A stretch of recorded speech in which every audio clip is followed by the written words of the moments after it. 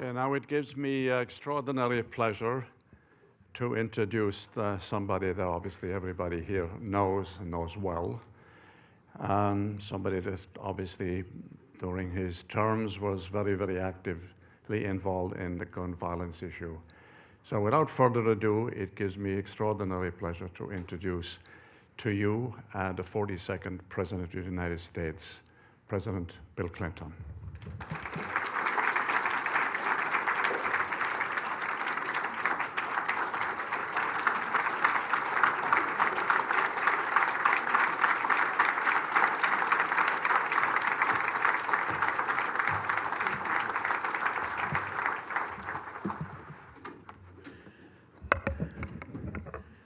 Thank you very much. I appreciate Michael Dowling for many reasons, including and especially his interest in treating gun violence as a public health issue. But I confess I also like that he's Irish. And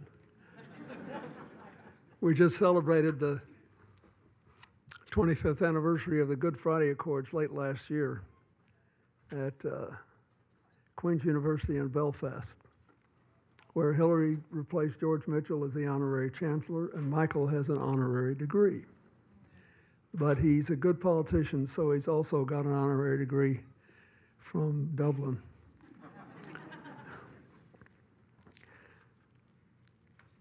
I've thought a lot about what to say here. I don't want to come across as a raving idiot, but I am sick and tired of the way this issue has been handled in public debate, and I might add in the Supreme Court. So in many ways, you have a big choice. You can throw up your hands and say, this thing is so screwed up. I remember once Wayne LaPierre said that to us when we were trying to pass a piece of gun legislation. He said, oh, we screwed it up so bad you can't fix it now. So everybody needs to have 3 guns. And the first thing I want to say is you can make a difference. You know you can. The things that are being done that are good public health policy will save lives. And it will be hard and painful because you know that more people will die than should die by a lot. And you have to do it anyway because you have to save the lives you can and make the progress you can and keep hoping that one day there will be a significant breakthrough on this issue. I can tell you how you can measure the progress. When I was president and we passed the assault weapons ban and promptly lost the House of Representatives and the Senate, including the Speaker of the House and Jack Brooks, who was the chairman of the Judiciary Committee, who had always had a great voting record with the NRA, but voted for this, and they beat him anyway because the whole system was rigged to drive people nuts and stop them from thinking. But we are making progress. It is a voting issue now for more people who see it as a public health problem. And I have watched this unfold for literally more than 70 years. If I live to my next birthday in August, I'll be 78, and I'll be the oldest man in my family. So my great-grandfather on my mother's side lived to be 78. Nobody else made it that long. So I'm struggling. I love my great-grandfather. He lived out in the country and a house with no indoor plumbing. He was never out of overalls and boots. He went to the bed with the sun, got up with the sun, and I don't think he had a gun in the house. So anyway, here's my story. When I was 5 or 6 years old, my widowed mother had remarried. We moved into the little town of Hope, Arkansas. my stepfather, whom I really loved, was a good man, but he had a drinking problem. And he was riddled with fears and insecurity and anger when he was drunk. And he, this night in question, had too much to drink and took out a loaded gun and started waving it around at my mother and made her go into their bedroom. So I was out here in the hall, and I decided I wanted to get closer to see if I needed to try to rush in and save the day, my little 5-year-old self. And I was in this room, and they started talking, and I stepped going into the hall to listen to them, and the gun went off, and he didn't aim it at my mother. He aimed it down like this, and it drove a bullet hole through the wall and missed me by 2 or 3 feet. If he had shot me, he probably would have killed himself. He never wanted to do anything. He just couldn't control his drinking. A lot of people die like that every year. Then, when I was 10, I got a .22 and learned to shoot cans and bottles off fence posts when we lived out in the country. Then when I was 14, I got a .410 shotgun.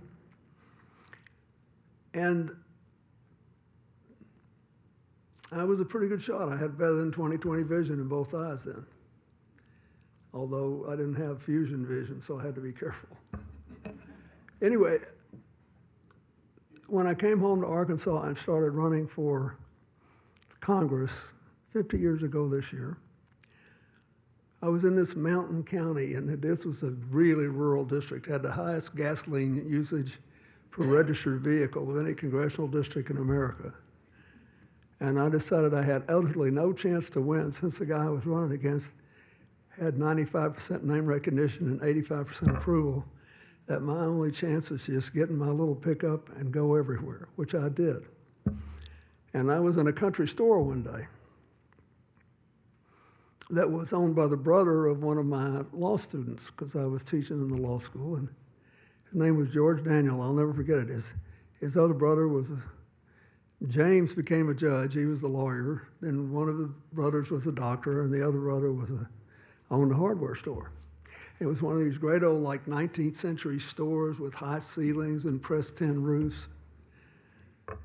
And he sold guns. And I loved the guy. He was so funny, but not long after that, a man who had gone to Vietnam and was a decorated veteran came back in the town, said that he wanted to go out and do some practice. And so George implemented the 1968 gun control bill as it was then. This is all President Johnson could pass after Martin Luther King and Bobby Kennedy were murdered. You had to say, well, have you ever been convicted of a crime, and have you ever been treated for mental health problems? And everybody said, no, no, and then you pocked it down, sold the gun, and you had to keep the form, the paper, in your store. That was it. 36 hours later, that guy had killed 4 people. And it turned out he became severely disturbed after his combat tours in Vietnam and was just 48 hours out of our state veterans hospital, which was down in Little Rock. He just walked off. They didn't let him go. We had no checking system, no nothing. It nearly ruined my friend's life. He personally blamed himself for all those people that were killed. I saw what I did to him, to his wife, to his kids, to his mother, to his brothers who loved him very much. I never forgot it.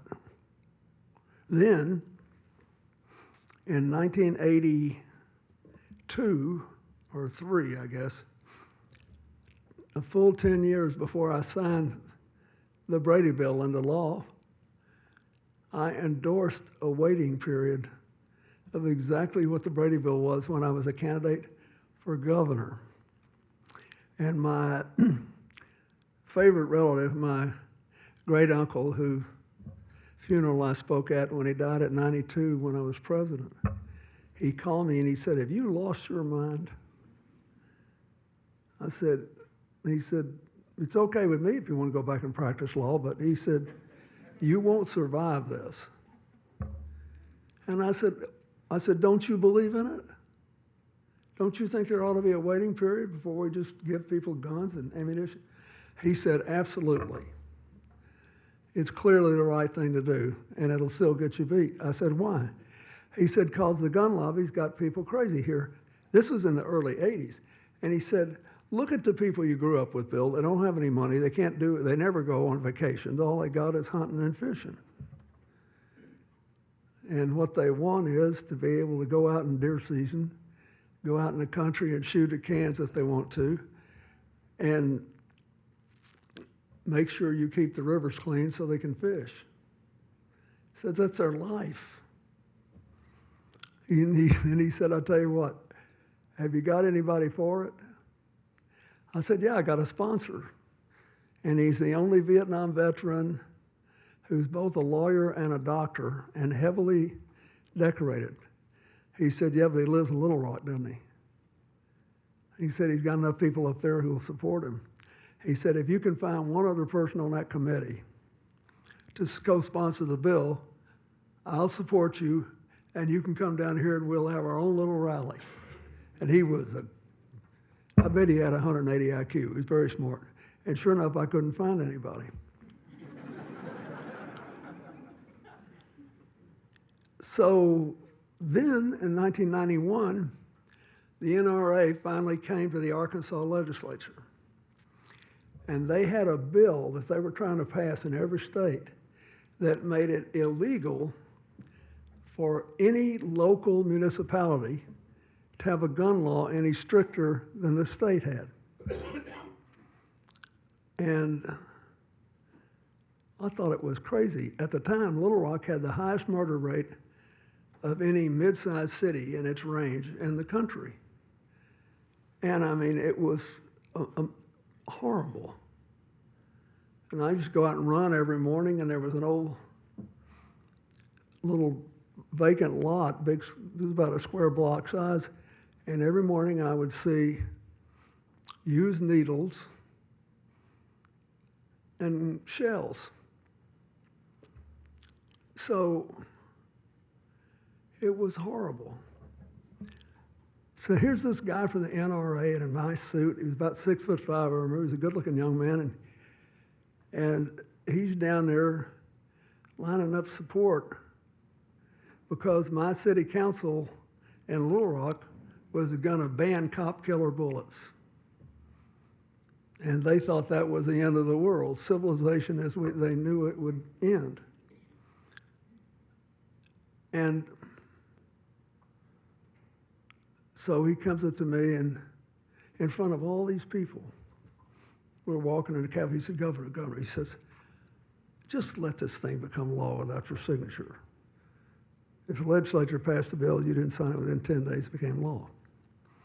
Unless we got to the end of the session, in which case it would die. And I mean, I could veto it without it.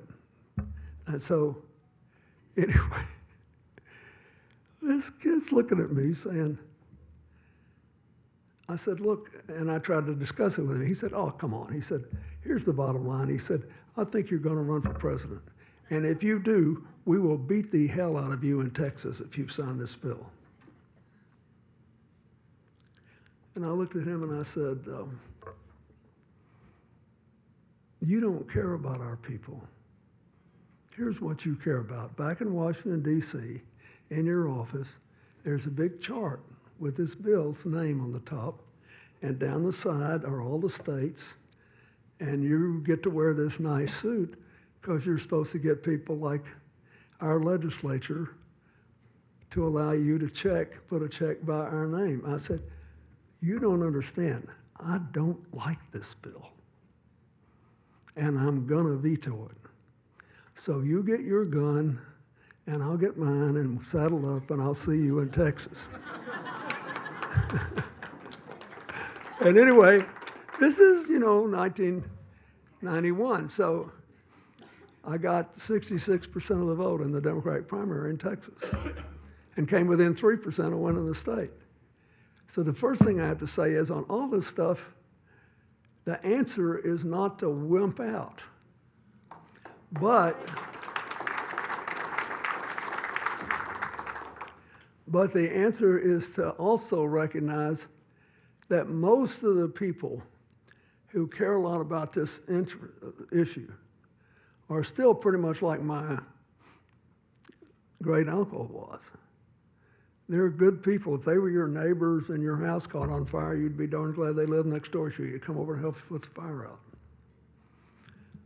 But they have been conditioned over literally decades to see this not as a public health issue. It's an identity issue. And the other side's made a heck of a lot of money out of doing what they do. So the thing I want to say that to me is most important is you have to keep talking to people. And all of you, and whatever it is you do in public health, you see a lot of people. You need to draw people out. I read a book last year by a man named Stephen McCraney that was written, I think, in 2021 called How Minds Change. And he literally set out to figure out whether you could actually change people's minds on a lot of these contentious issues. And he concluded that you could, but you couldn't do it with slick ads, and you couldn't do it with factual statistics alone. You had to establish some sort of human connection. A lot of you do work that requires you to have human connections every day, right? But I hope you will not only treat people in the way you do, but make the case. Because the only way we will ever get our numbers way down, I mean, now our gun homicide rate's like 25 times higher than the average of high-income countries. Our suicide rate is 8 times higher. And it was funny, and of course, we've got a Supreme Court that's going to try to make it hard for us. Almost nobody noticed this, but when shortly after the Supreme Court decided the Dobbs decision on reproductive health, they decided another decision striking down New York's 108-year-old law requiring people to get a permit and to show a good reason for it to carry a concealed weapon. The law had the support of 80% of the people in our state. And the Supreme Court threw it out saying it was an undue burden on the right to keep and bear arms. And I mean, nobody I know who is kind of uninvolved but is constitutionally knowledgeable believes the framers intended to create an individual right to keep and bear arms. If you read the Second Amendment, it is clear as day that they're talking about the importance, when we did not have a standing army, of being able to raise a militia in a hurry if we needed to do so in the national defense.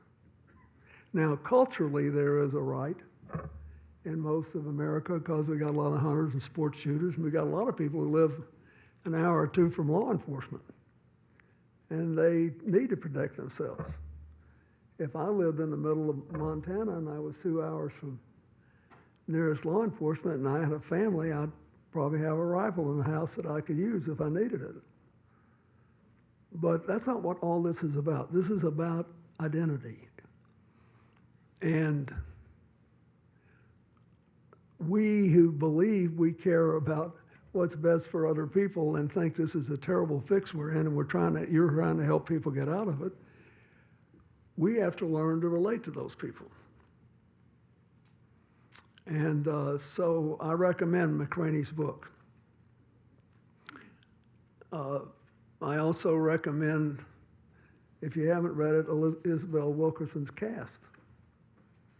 Because the last chapter of Caste is stunning. She is, she's a black woman who's a highly regarded professor at Princeton, and she lost her husband to a fatal illness that he knew for some time he was having, that he had.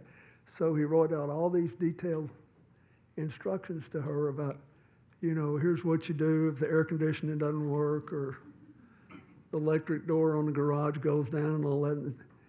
So her basement was leaking, and she called this number that her husband left her. And she also lost someone else in her family. And so the doorbell rings, and she opens the door, and there's a big heavyset guy in a MAGA cap there. And he says, is the lady of the house here? And she said, that would be me. And he said, so they went down to see the leak. And he's looking around, and he said, this is going to leak on all these boxes here. You got to move them. He made no effort to help her. And then he saw a bunch of old pictures on top of one of the boxes. And he said, is this your family? She said, yeah. She said, we've got family pictures going back as long as there are photographs. He said, Bloody, these things are really valuable. You got to get them out of here. And he starts moving the boxes. And he said, now, the good news is you don't have a leak in your roof. You've got a compressor break in your air conditioning. And my company doesn't fix those, but I'm going to give you a number of somebody you can call. And this guy won't cheat you. He'll give you a good deal. He did, she did. Then the guy shows up the next day to make sure the man came and is doing a good job, and went downstairs and helped her finish the work in the basement. Now, it basically confirms what McCraney says in Changing Minds, How Minds Change. You have to stay at this. I also think that sometimes we forget that the aggregate impact of the kinds of things you do,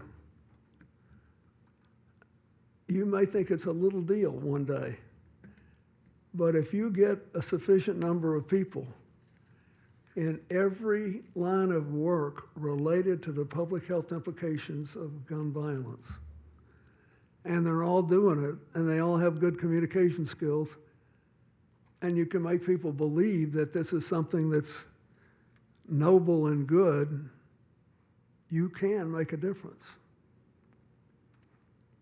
And I don't want to minimize it. I thought, surely to goodness, when all those kids were killed in Uvalde and the base of the gun movement saw that its own children were dying, something would happen. And sure enough, they passed a bill that had some pretty good stuff in it. But I still believe that the fundamental problem we have here is that the people who are against the gun safety things that most of us would be for understand how to mess with the identity of the people they're trying to touch better than we understand how to repair it or reinforce it. So my number one plea to you is, I grew up with these people. I've fought all these battles. And the only major gun legislation we ever passed was when we banned the assault weapons and had a 10-bullet ammunition clip limit shortly after we passed the Brady background check law.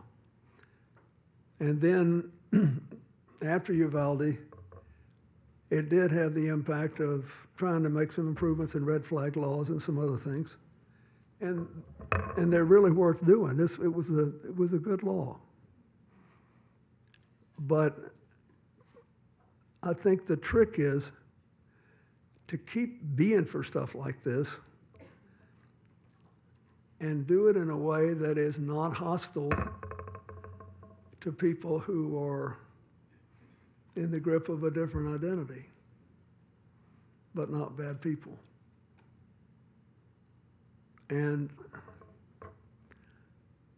I've lived with this stuff all my life. And the obstacles to good policy here have their roots in the reaction to Reconstruction when the Union forces withdrew from the South. And the people who stirred the reaction, thank God for Ulysses Grant. As president, he ran the Ku Klux Klan into the ground, but they came back. But they never gave up. They just sort of transferred the identity target to something else. So by the early decades of the 20th century, we had the anti-immigration craze focused primarily on Chinese Americans. Then we had the Red Scare of the 1920s. Then we had the Make America Great Again, the white nationalist movement of the people who were sympathetic with the Germans and Hitler in the 1930s. And, you know, we've been through some iteration of that virtually in every decade since. This is an old story, and it affects other societies too, as you see from the Brexit phenomenon. But you have to live with it, and virtually everybody in this room is considerably younger than I am. You have to live with it, and you have to decide what to do with every new day.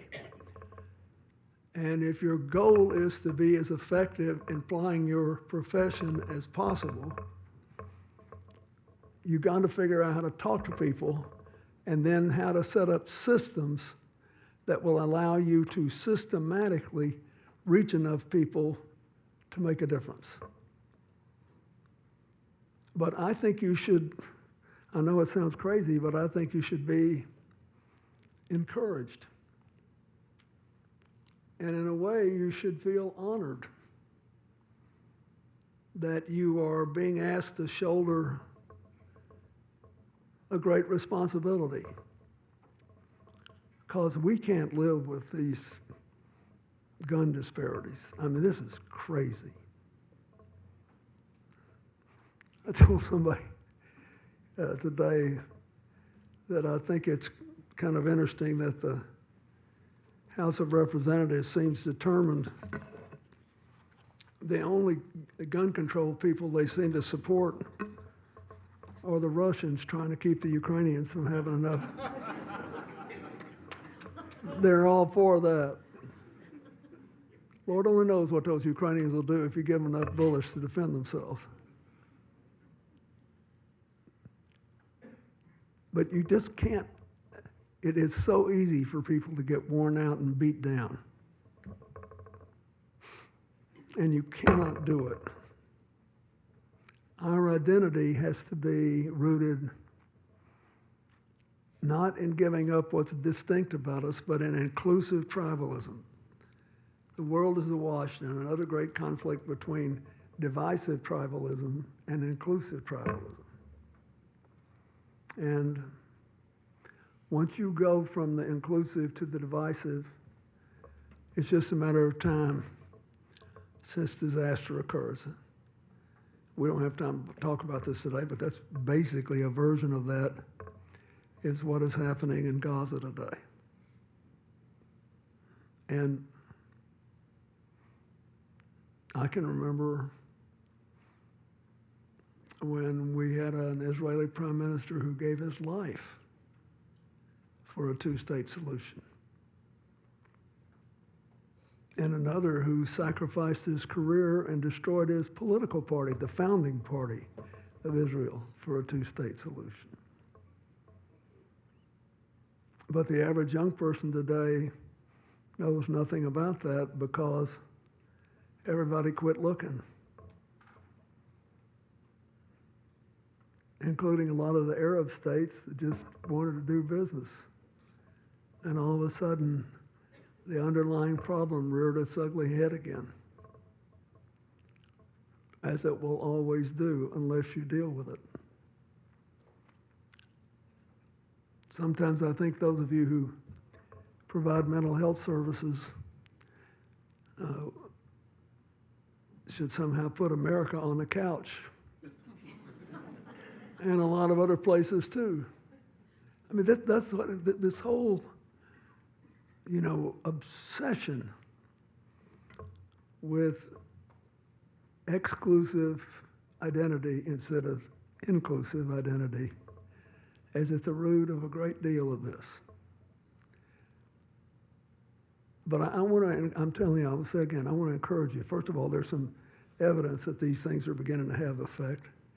And secondly, in the kind of environment we're in, where our civic leaders seem to be engaged in a performance art half the time, it is easy to get discouraged thinking that you're pushing your little pencil alone.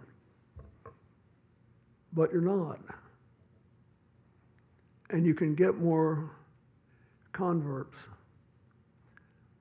But we can't live in a country, and I'll just say this one last thing with it. When we had the first big mass shooting of the year, this year, Mike Johnson, the Speaker of the House, who lives in a place where he would be severely punished if he told the truth about it, said it was a disease of the heart, not because of easy access to guns. And somebody asked me what I thought, and I said, well, since we have a mass murder rate 12 times greater than the average of all the other rich countries, the Speaker of the House just said that Americans are the worst people on earth.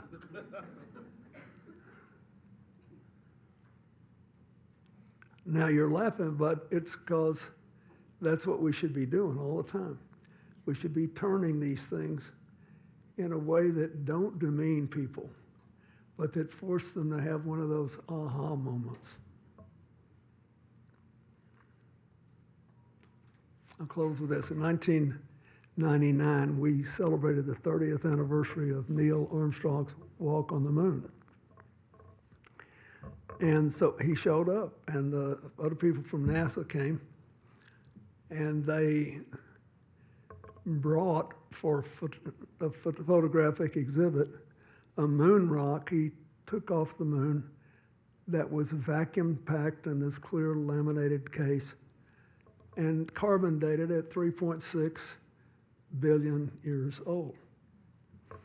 So they were all about to leave. I said, can I borrow that? I said, I got pretty good security here. And I'll give it back to you as soon as I leave, and it won't be long. I've just got another year or so, but I need that. They let me have it. I put it in the middle.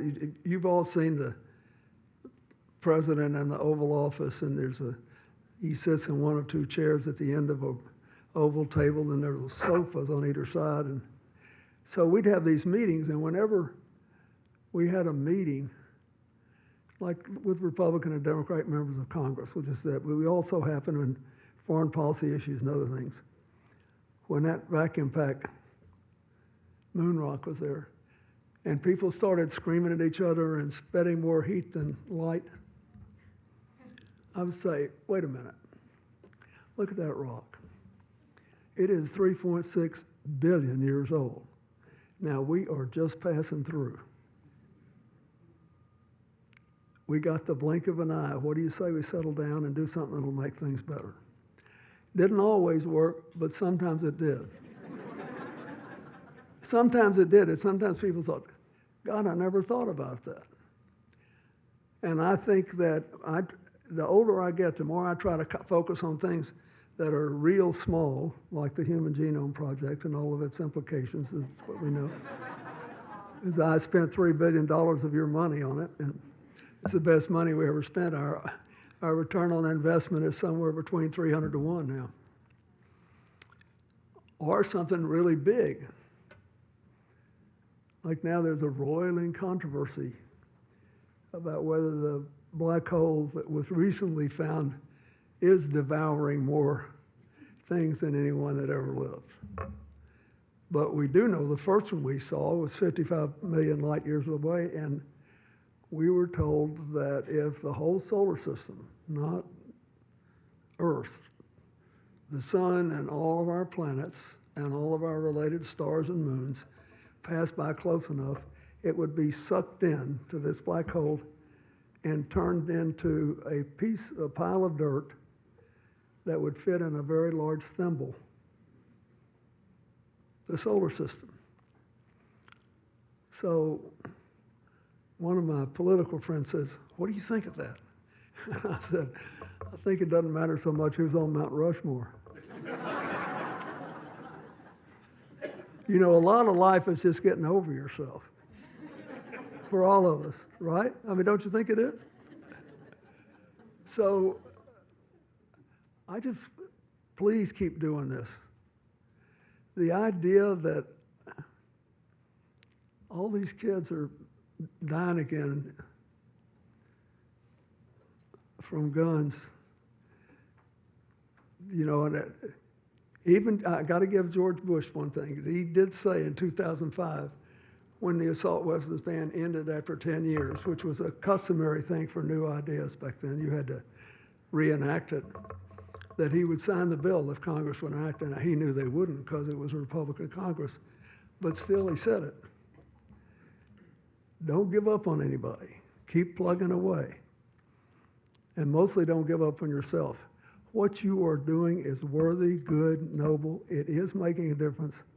And if we could systematize it throughout the country, it would not only make a bigger difference, but it would help to change the attitudes that for too long have kept these issues from being voting issues for people who basically agree with you.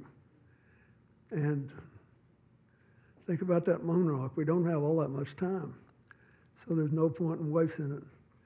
By being mad, just do something. And who knows, once in a while it works. Thank you very much.